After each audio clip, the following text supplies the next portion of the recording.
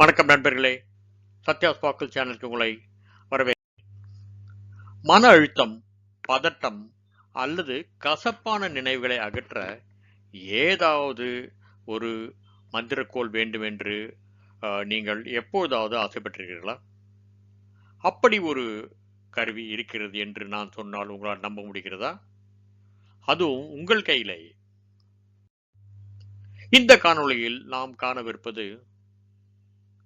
கற்கவிருப்பது என்னவென்றால், மனவலியை மாற்றும், ஏன் நம் வாழ்க்கையை கூட நேர்மறையாக மாற்றும் அறிவியல் சார்ந்த ஒரு செயல்முறை. அதுதான் ஹெவனிங் டெக்னிக். நீங்கள் எப்போதாவது ஹெவனிங் முறையை பற்றி கேள்விப்பட்டிருக்கிறீர்களா? இல்லையென்றால் இந்த முறையை சுருக்கமாக ஆனால் படிப்படியாக கற்றுக்கொள்வோம். அதுவும் ஒரு நண்பருடன் ஒரு கப் ஆஃப் டீ குடிப்பது போல அவ்வளவு எளிதாக. சரி, இந்த ஹெவனிங் முறையை உலகத்துக்கு அறிமுகப்படுத்தியவர் யார்?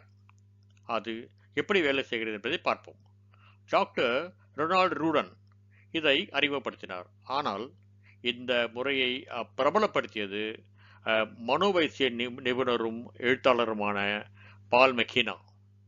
ஹெவன் என்ற சொல் மனதுக்கு ஒரு பாதுகாப்பான புகலிடத்தை கொடுக்கும் என்ற யோசனையிலிருந்து வருகிறது. ஹெவனிங் டெக்னிக் என்றால் என்ன? நம் அன்றாட வாழ்வில் அதன் செயல்பாட்டின் முக்கியத்துவம் தான் என்ன என்று பார்ப்போம். அதிர்ச்சிகரமான நினைவுகள், அதாவது ட்ரோமேட்டிக் தாட்ஸ், மன அழுத்தம், மென்டல் டிப்ரெஷன் மற்றும் உணர்ச்சி வலி, அதாவது எமோஷனல் பெயின் ஆகியவற்றால் பல நாட்கள் கஷ்டப்பட்டு கொண்டிருப்பார்கள். ஏன், அது நமக்கு கூட நடந்திருக்கலாம், இப்போது நடந்து கொண்டு கூட இருக்கலாம். இவை பல வழிகளின் மூலம் வரலாம். அது வேலை சம்பந்தமாக இருக்கலாம், அல்லது மனவாழ்வு, குழந்தை வளர்ப்பு, நண்பருடன் உள்ள மன வேறுபாடு, உறவுகள் பிரிதல், இப்படி எது வேண்டுமானாலும் இருக்கலாம். இந்த கசப்பான நிகழ்வுகளை சமாளிக்க, நிவாரணம் காண, தீர்வடைய உதவும் ஒரு சிகிச்சை அணுகுமுறை, அதாவது தெரப்பி தான் இந்த எளிய ஹெவனிங் டெக்னிக். ஹெவனிங் என்பது மனோ உணர்ச்சி சிகிச்சை, அதாவது சைக்கோசென்சரி தெரப்பி என்று அழைக்கப்படும் ஒரு வடிவம். இந்த முறையில் மூளை அலைகளை பிரெயின் வேவ்ஸ் உருவாக்க தொடுதல் உணர்வு ஒரு சிகிச்சை முகவர்களாக, அதாவது தெரப்பியூட்டிக் ஏஜென்ட்ஸாக செயல்படுகிறது. நரம்பியல் அறிவியல், அதாவது நியூரோ சயின்ஸ் அடிப்படையில் தொடுதல், அதாவது டச், காட்சிப்படுத்துதல், விஷுவலைசேஷன், கவனச்சிதறல், டிஸ்ட்ராக்ஷன் மற்றும் சுய அறிவியல் நிலை, அதாவது செல்ஃப் ஹிப்னாசிஸ் போன்ற நுட்பங்களை நாம் படிப்படியாக செய்து பலன் அடைவதுதான் இந்த வழிமுறையின் சாராம்சம். என் நண்பர் ஒருவர் பொதுக்கூட்டத்தில் பேசுவதற்கு பயந்து கொண்டிருந்தார். பார்வையாளர்களை எதிர்கொள்ளும் எண்ணம் அவரின் இதயத்தை துடிக்க வைத்தது. ஹெவனிங் செய்த பிறகு பெரிய பார்வையாளர்கள் முன் அவர் பேச முயற்சித்தார். அவரது பிரசன்டேஷனுக்கு அப்போது பாராட்டுகளோடு கிடைத்தது. ஹெவனிங் மூலம் நீங்கள் அந்த குழப்பமான வேதனையான நினைவுகளை மேலெடுத்து வந்து அவற்றை நேர்த்தியாக ஒழுங்கமைக்கிறீர்கள், அல்லது அவற்றை முழுமையாகவே விட்டுவிடுகிறீர்கள். இது நம் உணர்ச்சிகரமான அனுபவங்களையும் மற்றும் குறிப்பாக அதிர்ச்சிகரமான மன அழுத்தத்தையும் குறிப்பிடப்பட்ட நினைவுகளாக, அதாவது என்கோடட் மெமரிஸாக அமிக்டாலா என்ற மூளையில் உள்ள ஒரு பகுதியில் சேமித்து வைக்கிறது. இந்த நினைவகம் தூண்டப்படும் போது நாம் ஃப்ளைட் ஆர் ஃபைட், அதாவது பயந்து ஓடிவிடுவது அல்லது சூழ்நிலையை தைரியமாக எதிர்கொள்வது என்ற நிலைக்கு நாம் தள்ளப்படுகிறோம். அந்த நிகழ்வு நடக்காவிட்டாலும் கூட. ஒரு அழும் குழந்தையை நீங்கள் அமைதிப்படுத்துவதாக கற்பனை செய்து பாருங்கள். தொடுதல் மற்றும் கவனச்சிதறல்கள், அதாவது டச் அண்ட் டிஸ்ட்ராக்ஷன் மூலம் நீங்கள் அந்த குழந்தையின் டெல்டா வேவ்ஸ்களை தூண்டுகிறீர்கள். துன்புறுத்தும் உணர்ச்சிகளுடன் இணைக்கும் நரம்பியல் பாதைகள், அதாவது நியூரோ பாத்வேஸ், அவைகளை பலவீனப்படுத்துகிறீர்கள். இதனால் குழந்தை அழுகையை நிறுத்திவிடுகிறது. இப்படித்தான் ஹெவனிங் நம் மூளையில் செயல்படுகிறது. ஹெவனிங் டெக்னிக்கை எப்படி செய்வது என்று தெரிந்து கொள்வதற்கு முன், அது எந்த விதமான மனநிலைகளுக்கு அல்லது மன குறைபாடுகளுக்கு பயன்படுகிறது என்று புரிந்து கொள்வோம். ட்ராமா அண்ட் பிடிஎஸ்டி, அதாவது போஸ்ட் ட்ராமாட்டிக் ஸ்ட்ரெஸ் டிசார்டர், மன உளைச்சலை போக்கலாம். Stress reduction reduces everyday stress and promotes relaxation. மனத்தளர்வை ஊக்குவிப்பதால் அன்றாட மன அழுத்தத்தை குறைக்கலாம். Phobias and fears addresses irrational fears by neutralizing their emotion intensity. அதாவது பகுத்தறிவற்ற அச்சங்களை நீக்கி உணர்ச்சியின் தீவிரத்தை நடுநிலையாக்கி தீர்வடையலாம். Emotional healing helps with grief, anxiety and emotional blocks. துக்கம், பதட்டம் மற்றும் உணர்ச்சி தடைகளுக்கு தீர்வு காணலாம். Self empowerment creates a sense of safety and self control. பாதுகாப்பு மற்றும் சுய கட்டுப்பாட்டின் உணர்வை நம்முள் உருவாக்கலாம். மன அழுத்தத்தை இறுக்கமான ஸ்பிரிங்காக கற்பனை செய்து பாருங்கள். ஹெவனிங் அதை மெதுவாக அவிழ்த்து உங்களை நிதானமாகவும் சுதந்திரமாகவும் ஆக்குகிறது.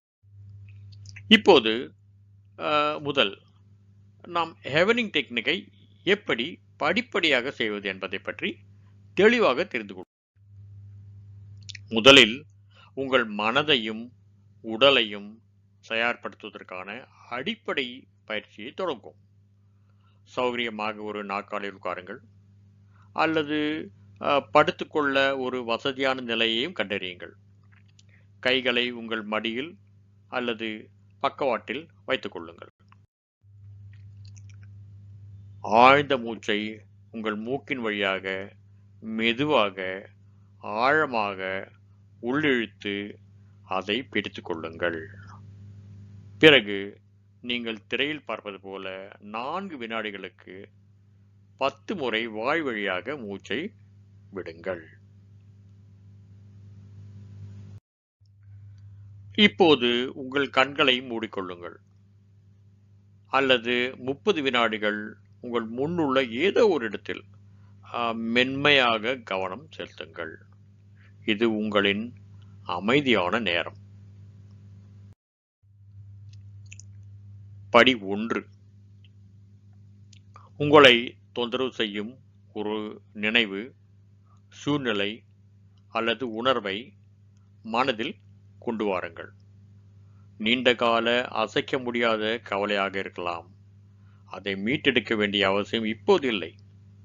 அது ஒரு மென்மையான அலை போல உங்கள் மனதின் மேற்பரப்பில் மட்டும் வரட்டும். இந்த நினைப்பு எப்போதும் உங்கள் உடலில் ஏற்படுத்தும் உணர்வை கவனியுங்கள். அது கனமாக, இறுக்கமாக அல்லது சூடாக இருப்பதாக உணர்கிறீர்களா? இப்போது நீங்கள் நினைத்துள்ள அந்த கசப்பான எண்ணங்களின் தீவிரத்தன்மையை 1 - 10க்குள் எங்கு பொருந்துகிறது என்று தீர்மானித்து அந்த எண்ணை நினைவில் வைத்துக் கொள்ளுங்கள். படி 2. இப்போது நாம் செய்யப்போவது ஹெவனிங் தொடுதல், அதாவது ஹெவனிங் டச். நீங்கள் திரையில் பார்ப்பது போல உங்கள் உள்ளங்கைகளை கொண்டு தோள்களிலிருந்து முழங்கைகள் வரை உங்கள் கைகளின் வெளிப்புறங்களை மெதுவாக தேயுங்கள், அல்லது உங்கள் முகத்திலோ அல்லது உள்ளங்கையிலோ கூட இதை செய்யலாம். படி 3. இந்த படியை நீங்கள் படி 2ல் பார்த்தது போல ஹெவனிங் டச் செய்து கொண்டே தொடர வேண்டும். இப்போது மனதுக்கு இதமான அமைதியான ஒரு சூழ்நிலையை கற்பனை செய்து பாருங்கள். அது ஒரு கடற்கரையாகவோ அல்லது பனி படர்ந்த மலையாகவோ அல்லது மென்மையான சூரிய ஒளியோடு கூடிய காடாவோ கூட இருக்கலாம். ஒவ்வொரு துல்லியமான விவரத்தையும் நினைவுபடுத்தி நிறங்கள், வாசனைகள், ஒலிகள் போன்றவற்றை மனதில் பிடித்து கொண்டு மெதுவாக அவற்றை தக்க வைத்து கொள்ள முயற்சி செய்யுங்கள். அடுத்து 3 எளிய வழிகளில் உங்கள் மனதை திசை திருப்பதை பற்றி பார்ப்போம். அதாவது mental distraction. படி 4. இந்த அமைதியான பின்னணியில் 20 மெதுவாக பின்னோக்கி எண்ணத் தொடங்குங்கள். ஒவ்வொரு எண்ணிலும் படிக்கட்டிலிருந்து கீழே நடப்பது போல மன அழுத்தத்தின் எடை படிப்படியாக குறைவதை உணருங்கள். படி 5. இப்போது உங்களுக்கு பிடித்த ஒரு பாடலை 30 நொடிகள் ஹம்மிங் செய்யுங்கள் அல்லது மெல்லிய குரலில் பாடுங்கள். அந்த இசையின் ஒலியின் அதிர்வை உணர்ந்து அந்த அமைதியான தருணத்தை அனுபவியுங்கள். படி 6. இப்போது ஒரு குழந்தை உங்களுக்கு முன்னால் பக்கத்திலிருந்து பக்கமாக ஊஞ்சலாடுவதை கற்பனை செய்து பாருங்கள். உங்கள் கண்களால் அந்த அசைவை சிரமப்படாமல் பாருங்கள். இடது மற்றும் வலது, வலது மற்றும் இடது, இப்படி 30 நொடிகள் மாற்றி மாற்றி செய்யுங்கள். இப்படி செய்யும்போது உங்கள் மனம் தேவையில்லாத சில எண்ணங்களை ஒதுக்கிவிடுகிறது. படி 7. இப்பொழுது திரையில் பார்க்கும் இந்த வாக்கியங்களை சத்தமாக அல்லது உங்கள் மனதிற்குள் 3 முறை சொல்லுங்கள். I am safe. I am calm. I am in control. நான் பாதுகாப்பாக இருக்கிறேன். நான் அமைதியாக இருக்கிறேன். நான் கட்டுப்பாட்டில் இருக்கிறேன். I let go of what no longer serves me and embrace my inner peace. இனி எனக்கு சேவை செய்யாததை விட்டுவிட்டு என் உள் அமைதியை தழுவுகிறேன். I am strong, resilient and capable of facing life with confidence. நான் வலிமையானவன், நெகிழ்ச்சியானவன், வாழ்க்கையை நம்பிக்கையுடன் எதிர்கொள்ளும் திறன் கொண்டவன். படி 8. இப்போது ஒரு ஆழ்ந்த மூச்சை உள்ளிழுத்து உங்கள் வாய் வழியாக முழுமையாக மூச்சை வெளியேற்றுங்கள். படி 9. இது ஹெவனிங் டெக்னிக்கின் கடைசி படி. இப்போது நீங்கள் முதலில் படி 1 தொடங்கிய கசப்பான நினைவை, அதாவது உணர்வை மெதுவாக மறுபரிசீலனை செய்யுங்கள்.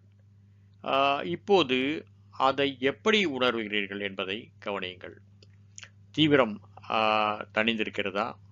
ஒருவேளை அது லேசாகவோ அல்லது தொலைவில் இருப்பதாகவோ உணர்கிறீர்களா? தீவிரத்தன்மையை மீண்டும் ஒரு அளவில் மதிப்பிடுங்கள். 1 முதல் 10 வரை.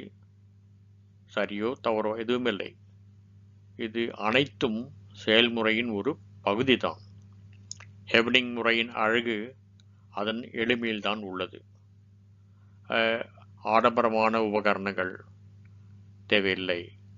ஒரு சிகிச்சையாளர், ஒரு தெரபிஸ்ட் தேவையில்லை. அல்லது ஒரு அமைதியான அறை கூட உங்களுக்கு தேவையில்லை.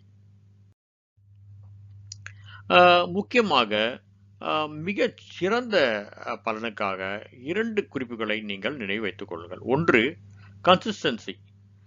Practice regularly for cumulative benefits, even for small stressors. நிலைத்தன்மை, சேர்க்கை நன்மைக்காக தொடர்ந்து பயிற்சி செய்வது, அது சிறு சிறு மன அழுத்தங்களுக்காக கூட இருக்கலாம். 2வது, self compassion approach. Approach the process with patience and kindness. It's okay if progress takes time. சுய இரக்கம், பொறுமை மற்றும் கருணையுடன் செயல்முறையை அணுகுங்கள். முன்னேற்றத்துக்கு சற்று நேரம் எடுக்கலாம், பரவாயில்லை. உங்கள் மனதை களைகள் நிறைந்த ஒரு தோட்டமாக நினைத்துக் கொள்ளுங்கள். ஹெவனிங் மூலம் நீங்கள் மன அழுத்தத்தின் களைகளை அகற்றி அமைதி சார்ந்த நம்பிக்கை ஊட்டும் விதைகளை விதைக்கிறீர்கள். ஹெவனிங் பெரிய பெரிய மன அதிர்ச்சிகளுக்கு மட்டுமல்ல, இது அன்றாட மன உளைச்சலுக்கும் ஏற்றது. போக்குவரத்து நெரிசலில் சிக்கியிருக்கிறதா? ஹெவனிங். பிறரை சந்திப்பதற்கு முன் பதட்டமாக உள்ளதா? ஹெவனிங். எந்த நேரத்திலும் எந்த இடத்திலும் அமைதியாக இருப்பதற்கு ஹெவனிங். உங்களிடம் உள்ள தனிப்பட்ட கருவி, அதை முறையாக பயன்படுத்தி பயன்பெறுவது உங்கள் கையில்தான் உள்ளது. வேலை நேர்காணலுக்கு போவதற்கு முன் எனக்கு தெரிந்த உணர்ச்சி வசப்பட்ட ஒரு நண்பர் ஹெவனிங்கை காத்திருப்பு அறை, அதாவது வெயிட்டிங் ரூமில் பயன்படுத்தினார். அது அவரை மேலும் நம்பிக்கையுடனும் உற்சாகத்துடனும் ஆக்கியது என்று அவரே என்னிடம் கூறினார். இது ஒரு ஆச்சரியம் இல்லையா? ஒரு முறை விமான புறப்பாடு தாமதமான போது வழக்கமான மன அழுத்தத்தை நான் உணர்ந்தேன். ஒரு நல்ல புத்தகத்தை ரசித்து படித்ததாகவும் நான் ஏற்கனவே செல்ல வேண்டிய இடத்தை அடைந்து விட்டதாகவும் கற்பனை செய்து கொண்டே ஹெவனிங் பயிற்சியை முயற்சித்தேன். விமானம் புறப்பட்ட நேரம் வரை நான் அமைதியாகவே இருந்தேன். இப்போது நீங்கள் ஹெவனிங் டெக்னிக்கை பற்றி முழுமையாக அறிந்து கொண்டீர்கள் என்று நான் நம்புகிறேன். இதை இன்றைய முயற்சி செய்யுங்கள். மன அழுத்தம் நிறைந்த எண்ணத்தை அமைதிப்படுத்துவது அல்லது ஒரு பெரிய தருணத்துக்கு தயாராவது எதுவாக இருந்தாலும் ஹெவனிங் நிச்சயமாக உங்களுக்கு உதவும். இந்த நேரத்தில் சுய அறிவியல், அதாவது செல்ஃப் ஹிப்னாசிஸ் எவ்வாறு பயிற்சி செய்வது என்ற தலைப்பில் எனது முந்தைய வீடியோவை பார்க்குமாறும் கேட்டுக்கொள்கிறேன். இந்த காணொளியில் லிங்கை இந்த டிஸ்கிரிப்ஷனில் பகிர்ந்திருக்கிறேன். ஒரு பழமொழி உண்டு, pain is inevitable in life but suffering is optional. நண்பர்களை, வலி என்பது வாழ்வில் தவிர்க்க முடியாதது, ஆனால் துன்பம் என்பது நாம் தேர்வுக்கு உட்பட்டது. உடல் வலி அல்லது மனவலி எதுவாக இருந்தாலும் நமக்கு தேர்வுகள், அதாவது ஆப்ஷன்ஸ் அல்லது சாய்ஸஸ் உள்ளன. இதற்கு பல கருவிகள் உள்ளன, பல உத்திகள் உள்ளன. ஆனால் ஹெவனிங் எளிமையான ஒன்று. நீங்கள் எப்போதாவது இதை முயற்சி செய்து பார்க்கிறீர்களா? உங்களது அனுபவம் எப்படி இருந்தது? அதை பகிருங்கள். அது வேறு யாரையாவது அந்த முதல் படியை எடுக்க தூண்டும். உங்கள் கருத்துக்களை கேட்க ஆவலாக இருக்கிறேன். இந்த காணொளியை கடைசி வரை பார்த்ததுக்கு நன்றி. வணக்கம்.